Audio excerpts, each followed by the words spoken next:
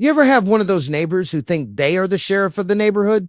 Yeah, mine does not even wear a badge, but he has got a clipboard and a rule book that he waves around like it is the Constitution. The guy's name is Harold, and he is the self-proclaimed enforcer of our HOA. You know the type, bald head, tucked-in polo shirt, and that permanent look like someone just parked on his lawn. So one morning, I am sipping my coffee, watching the world go by, when I see Harold strutting up my driveway with that clipboard of doom. I open the door before he can even knock.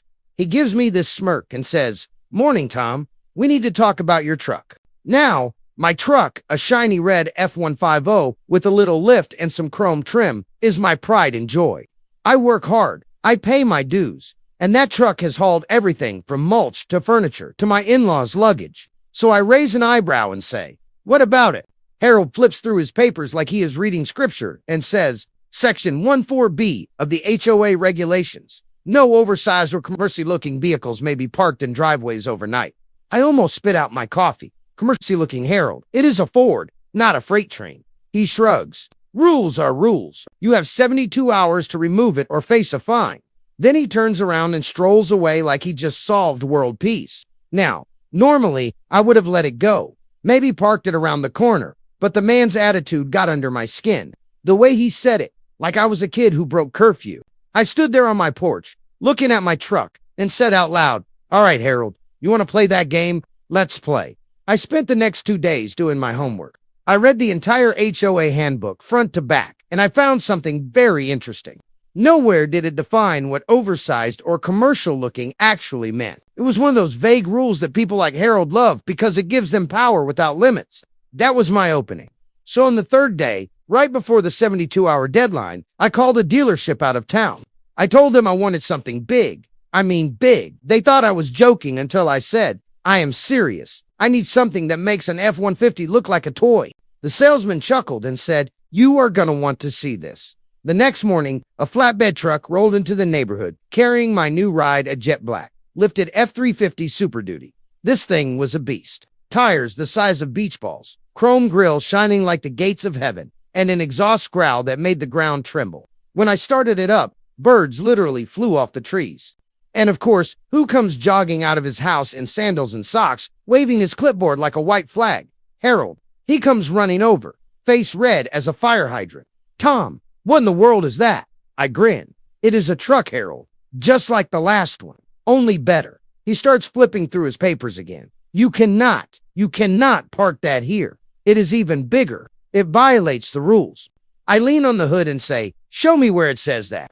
Harold, he squints at his clipboard, mumbling something about aesthetic consistency and vehicle proportions. Then he stammers, "You are deliberately provoking the HOA." I nod, completely serious. "Oh, I know." That is when the neighbors started to gather. A few of them were hiding smiles behind coffee mugs. Old Mrs. Jensen from across the street actually brought out a lawn chair. Harold realized he had an audience, which made him even angrier. He puffed up his chest and said, "I am issuing you a written warning." I pulled out my phone, snapped a photo of him holding the clipboard, and said, "Make sure you smile. This one's going on the neighborhood Facebook group." You should have seen his face. His jaw dropped like a cartoon character. That night, I posted the picture with the caption, "HOA tried to ban my truck, so I bought a bigger one." It blew up. Neighbors who had been quietly annoyed with Harold flooded the comments. People shared their own stories. One guy said Harold fined him for leaving his trash can out for an extra hour. Another said he got written up for having mismatched flower pots. By the next morning, I was basically the local folk hero. Kids waved when I drove by. Someone even left a note on my windshield that said, "Love the truck. Thank you for standing up to the clipboard king." Harold, on the other hand, was losing it. He started walking around with a tape measure, taking photos of cars, checking tire widths like he was auditioning for a reality show called HOA Patrol.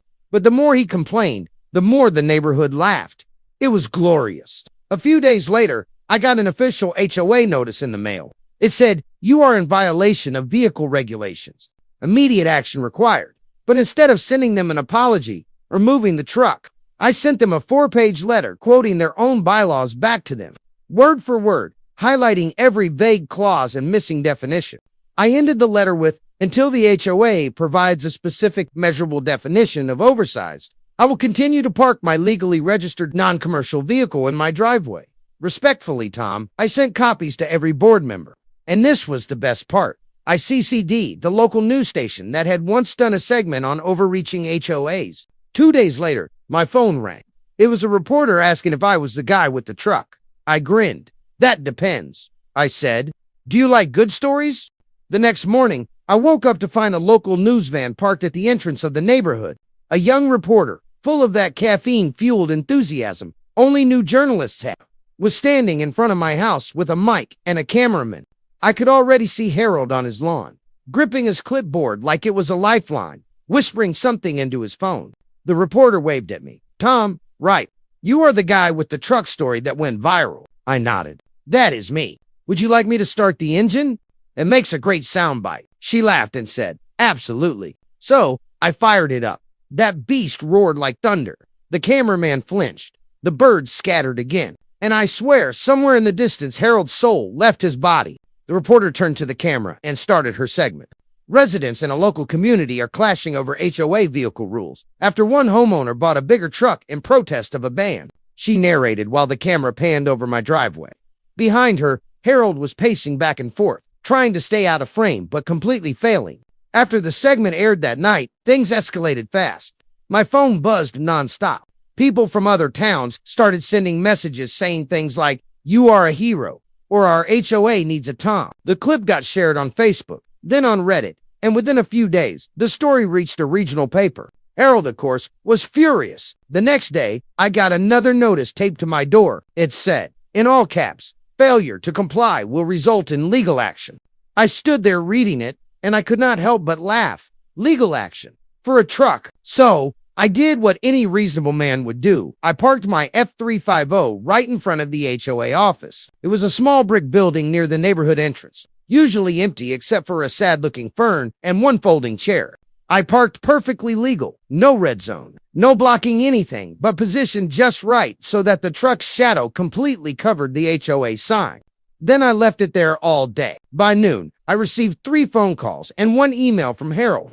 The first was polite. The second was angry. The third just said, "Move it now." I ignored all of them.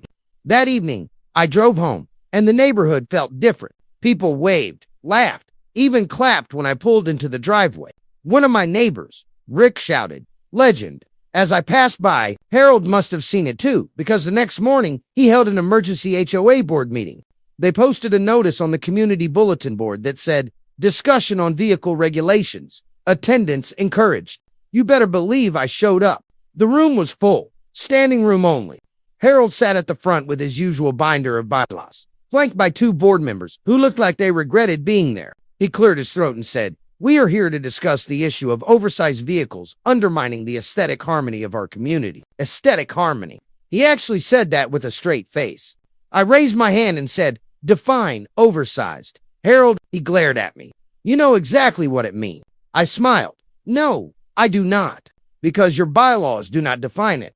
And I think the neighbors here would like to know who gets to decide what is too big." Someone from the back yelled, "My mother-in-law's SUV is bigger than his truck." The room chuckled. Harold slammed his binder shut. "This is not a comedy show, people." I stood. "Actually, it kind of is." The laughter got louder.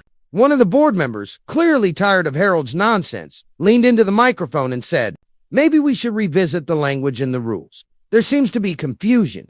Harold started to object, but the other board member interrupted. "No, Harold, this has gone too far. You fined half the street last year for having mismatched mailboxes. Maybe it is time we stop obsessing over vehicles." The crowd clapped. Harold's face turned the exact color of my truck, bright red. I took the opportunity to strike. "Here is a proposal. Instead of policing vehicles, why not focus on things that actually matter? Potholes, streetlights, maybe planting new trees. I can even help organize volunteers. You know, something useful for once." People started nodding. Someone shouted, "Let Tom handle the newsletter." Another yelled, "Tom for HOA president." Harold banged his fist on the table. "Order. We are not here to elect comedians." But it was too late. The room had turned. The crowd was on my side now, and he knew it. That night, a neighbor created a Facebook group called Truck Freedom, Neighbors for Common Sense. Within hours, half the community joined. They started posting memes of giant trucks with captions like Harold's worst nightmare. Someone even photoshopped his face onto a traffic cone. It was beautiful. The next morning, Harold resigned. No official announcement. No goodbye email. Nothing. Just gone. Rumor was that the rest of the board convinced him to step down before things got worse. When the new board took over a few weeks later, they updated the bylaws. They added a clear definition of oversize that specifically excluded personal vehicles used for private, non-commercial purposes. In other words, my F350 was 100% legal. To celebrate, I decided to throw a little neighborhood get-together. Burgers, music, the works. I even hung a banner across my garage that said bigger is better. Everyone showed up. Even the people who had never come out before. Rick brought a cooler. Mrs. Jensen baked cookies. And the kids took turns posing next to the truck like it was a celebrity. Someone brought a Bluetooth speaker and started playing Born to Be Wild. Halfway through the party, a delivery guy pulled up with a massive box addressed to me. When I opened it, everyone burst out laughing. Inside was a toy truck, about the size of a shoebox, painted bright red with a tiny sticker on it that said, HOA approved. It was the perfect ending to a ridiculous war. But I have to admit, the best part was the look on Harold S.'s face when he drove by later that night. He slowed down just enough to see everyone laughing, waving, and taking pictures with the truck. He looked absolutely defeated, and honestly, the look on his face was priceless. A few weeks after the legendary Truck Freedom Barbecue, life in the neighborhood finally went back to normal. Or, well, our new version of normal.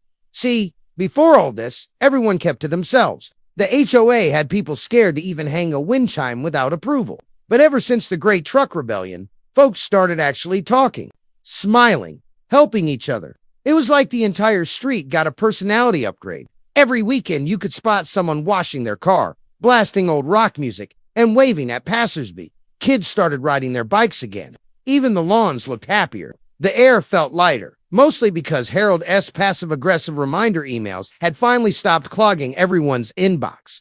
But the best part, my F350 had become somewhat of a local celebrity.